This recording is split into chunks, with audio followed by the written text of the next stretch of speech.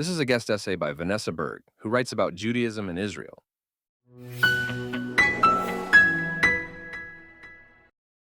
Every modern war has a story it tells the public and a reality it conceals underneath the table. In the case of the conflict with the Islamic Republic of Iran, the narrative has been dominated by nuclear threats, regional instability, and ideological confrontation. But beneath those shifting justifications lies something far more constant and far less discussed: the Strait of Hormuz. It is one of the most important places on Earth, and yet a healthy chunk of people probably cannot find it on a map. The Strait of Hormuz is a narrow, unassuming, and easy to overlook maritime corridor through which a significant share of the world's energy supply passes daily, and through which the balance of global power increasingly flows. For centuries, the strait has been one of the most consequential passages on Earth. To its north sits Iran. To its south, the jagged Musandam Peninsula, divided between the United Arab Emirates and Oman. From the 16th century onward, empires understood its value instinctively. The Portuguese entrenched themselves there, only to be challenged by the British as global trade routes shifted and intensified. Geography made the strait unavoidable. History made it indispensable. Today, that same geography explains far more about the conflict between the United States, Israel, and Iran than most are willing to admit. The conventional story of war with Iran is wrapped in familiar language: nuclear ambitions, regional instability, proxy militias. But beneath the surface, the logic is more structural, more enduring, and far less ideological. It runs through Hormuz. Roughly a fifth of the world's oil supply passes through this corridor each day, alongside about a quarter of all seaborne oil trade and one-fifth of global liquefied natural gas. For Europe, it is critical to energy security. For Asia, it is lifeblood. And for China, it is something closer to a strategic vulnerability. More than half of China's imported oil flows through the Strait of Hormuz.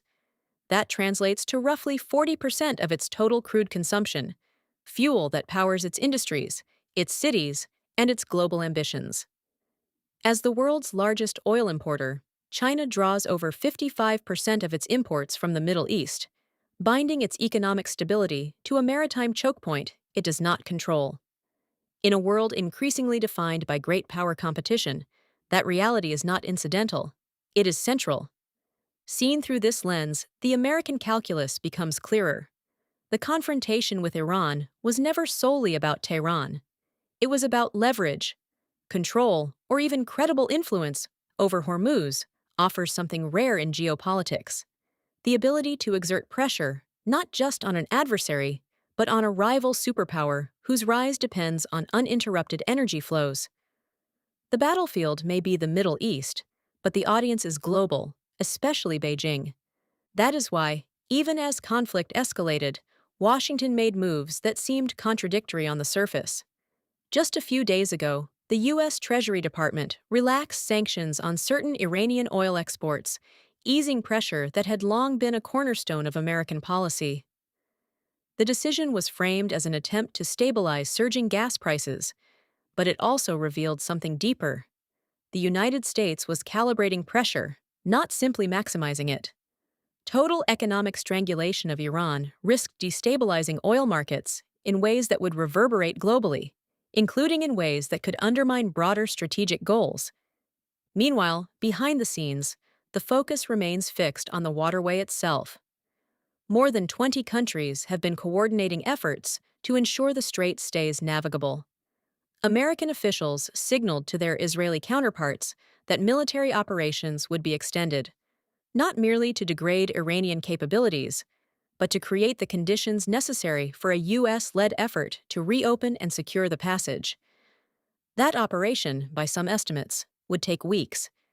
The implication was unmistakable. The war's timeline was being shaped not just by battlefield dynamics, but by maritime strategy. Iran, for its part, understood the stakes just as clearly.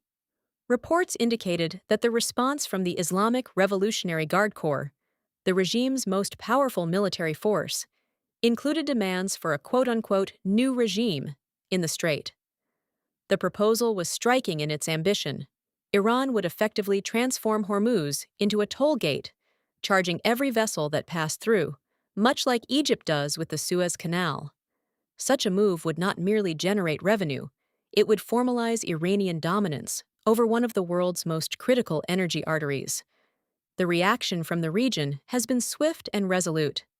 Gulf states, particularly Saudi Arabia, have rejected any arrangement that would grant Iran the upper hand in Hormuz. For them, the risk is existential. To concede control of the strait would be to place their own economic futures, and by extension, global energy markets, under the shadow of Tehran. Arab mediators have floated alternatives, including the creation of a neutral, regional body to oversee the passage and guarantee open navigation.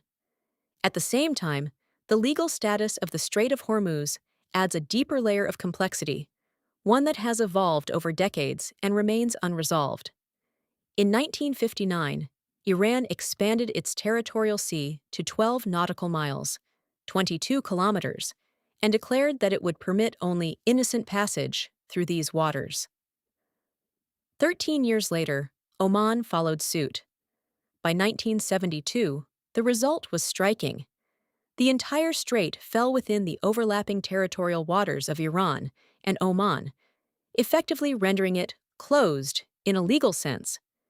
In practice, however, the 1970s saw little interference with maritime traffic. Neither Iran nor Oman attempted to block the passage of warships. That restraint began to erode in the 1980s, when both states advanced claims that diverged from established customary international law. When Oman ratified the United Nations Convention on the Law of the Sea in 1989, it reinforced its position by formalizing a 1981 royal decree. Only innocent passage would be allowed through its territorial waters, and foreign warships would be required to obtain prior authorization. Iran took a similarly restrictive stance.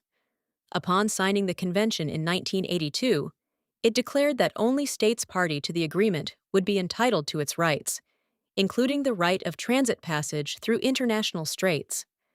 A decade later, in 1993, Tehran codified this position into law, introducing regulations that conflict with UN provisions. These included requirements that warships, submarines, and nuclear-powered vessels seek permission before entering Iranian territorial waters, even for what would otherwise be considered lawful passage. The U.S. has consistently rejected these claims. It does not recognize the restrictions imposed by either Iran or Oman, and has actively challenged them, maintaining that the strait remains an international waterway where the right of transit passage cannot be curtailed by unilateral declarations. The result is a persistent gray zone, one where legal arguments and military realities intersect, and where enforcement ultimately depends on power rather than principle. That tension is not theoretical. Iran has long possessed the means to disrupt traffic through Hormuz, including thousands of naval mines that can be deployed rapidly. Intelligence reports in 2025 suggested that Iranian forces had begun preparing such mines, raising alarms about a potential blockade. Though they were not ultimately deployed, the signal was clear. Tehran retains the ability to threaten the strait at will, and the consequences of such a disruption would be immediate and severe.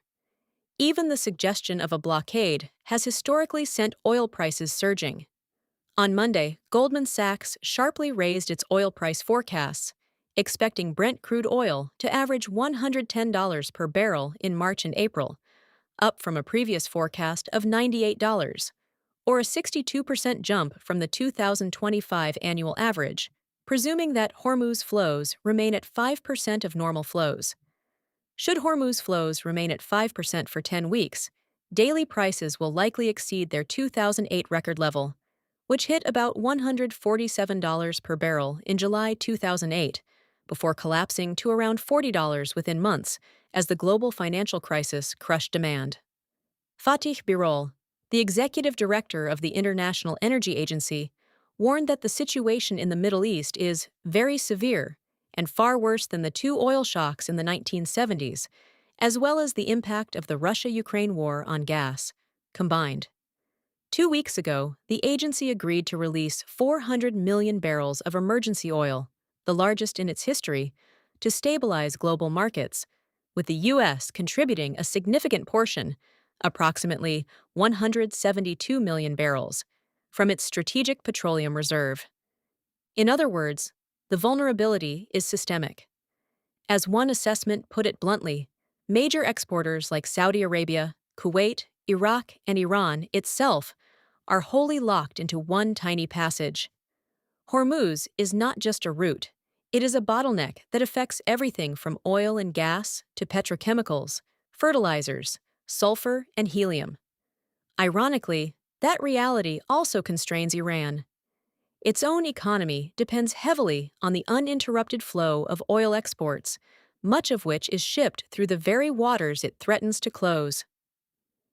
At the center of this paradox lies Karg Island, often called the Forbidden Island.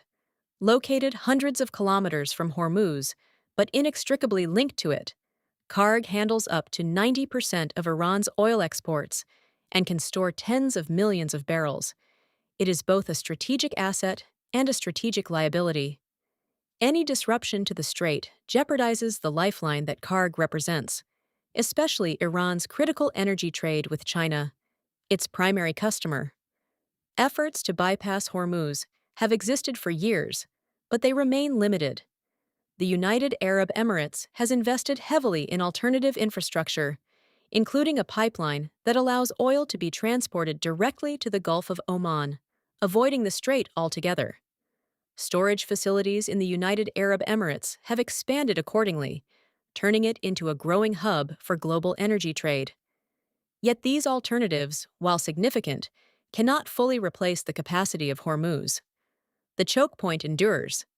This is why the strait has been compared to other historic bottlenecks, like the Dardanelles a century ago, the narrow, natural waterway in northwestern Turkey that forms part of the continental boundary between Asia and Europe.